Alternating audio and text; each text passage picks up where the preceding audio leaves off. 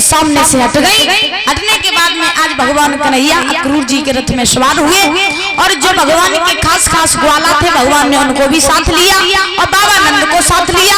साथ लेकर के परीक्षित महाराज भगवान मथुरा के लिए चलने लगे। जब भगवान मथुरा के लिए चलने लगे तो चलने के बाद में भगवान जब तक परीक्षित महाराज रथ चलने लगा तब तक गोपियां ग्वालवाल जितने थे वो सब टकटकी लगा करके रथ की तरफ देखने लगे।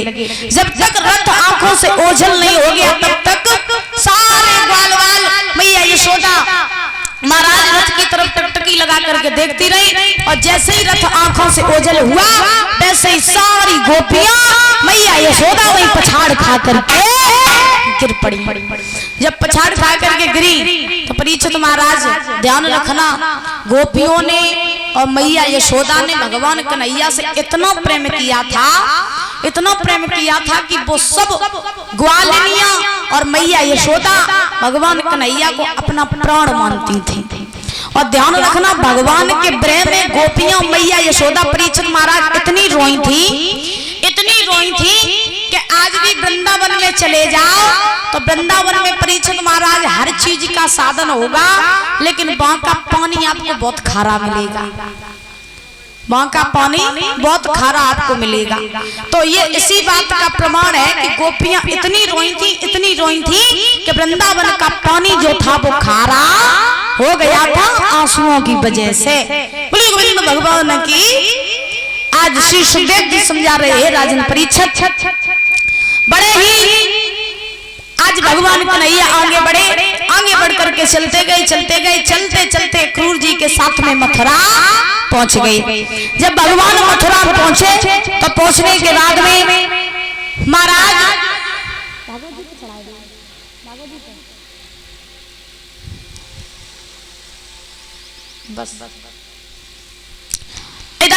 भगवान कन्हैया चलते महाराज मथुरा पहुंच गए।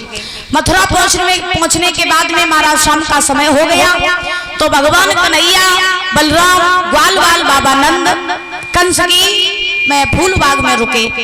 जब फूलबाग में रुके इधर सवेरा हुआ, रात व्यतीत की फूलबाग में सवेरा हुआ। भगवान कन्हैया ने बाबा नंद से कहा बाबा हम तुमसे एक बात कहना चाहते हैं। नंद बोले क्या कहना चाहते हो? तो भगवान बोले बाबा जो मामा कंस की जे नगरी जो है मथुरा नगरी बड़ी सुंदर लग रही, अगर तुम्हें आज्ञा हो तो मामा कंस की नगरी देखे आए। तो नंद बोले ना कन्हैया तू नगरी देखने नहीं जाएगा। भगवान बोले क्यों बाबा क्यों नहीं जाएंगे? तो नंद बोले इसलिए नहीं जाएगा क्योंकि अभी तू इस नगरी में नया आया है और तू यहाँ किसी को जानता है नहीं, तो किसी से तेरी लड़ाई हो जाएगी, झगड़ा हो जाएगा, इसलिए मत जा। जब हम तेरे साथ चलेंगे तो सीधे मामा कंस के धनुष यज्ञ में चलेंगे, अभी तू कहीं नहीं जाएगा।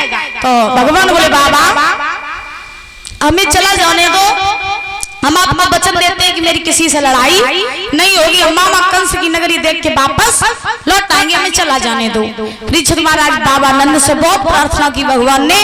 उसी समय भगवान कन्हैया नंद ने कह दिया ठीक है लाला अगर तुम जाना चाहते हो तो चले जाओ। आज भगवान कन्हैया को जैसे ही आज्ञा नंद ने दी तो भगवान कन्हैया ने बलराम को साथ लिया, ग्वालवालों को साथ लिया और साथ लेकर के परीक्षित महाराज मामा कंस की नगरी देखने के लिए भगवान चले। जैसे ही कंस की नगरी देखने के लिए भगवान चले तो परीक्षित महाराज चलते जा रहे इधर पूरी मथुरा नगरी में ये शोर हो गया कि वृंदावन से कन्हैया मथुरा में आ गए। तो महाराज जितने भी वृंदावन की ग्वालिनियां थी, जितनी भी स्त्रियां थी, वो सब कन्हैया के दर्शन करने के लिए परीक्षित महाराज आज कोई तो अपने छत से दर्शन कर रही, कोई अपने दरवाजे पे खड़ी भगवान कब आए और कब हम भगवान के दर्शन करें। तो परीक्षित महाराज सारी गोपियां दर्शन करने लगी और जो भगवान चलते जा रहे मथुरा की जिस गली से भगवान जा रहे महाराज भगवान के रूप को देख करके महाराज मथुरा की स्त्रियां मोहित हो रही हैं और एक दूसरे से कह रही बहन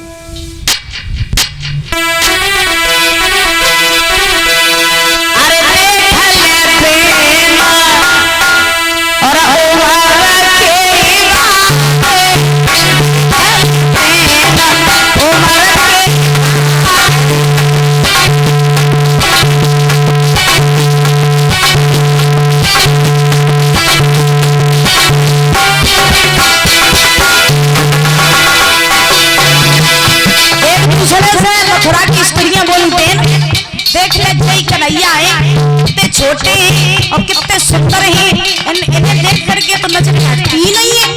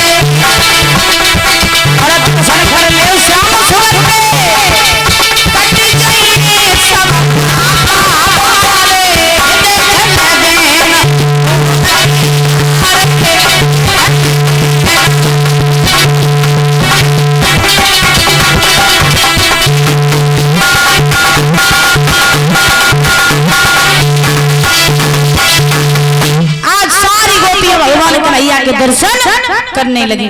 भगवान परीक्षित महाराज आगे बढ़ते गए, चलते चलते रास्ते में भगवान कन्हैया को कंस का धोबी मिला।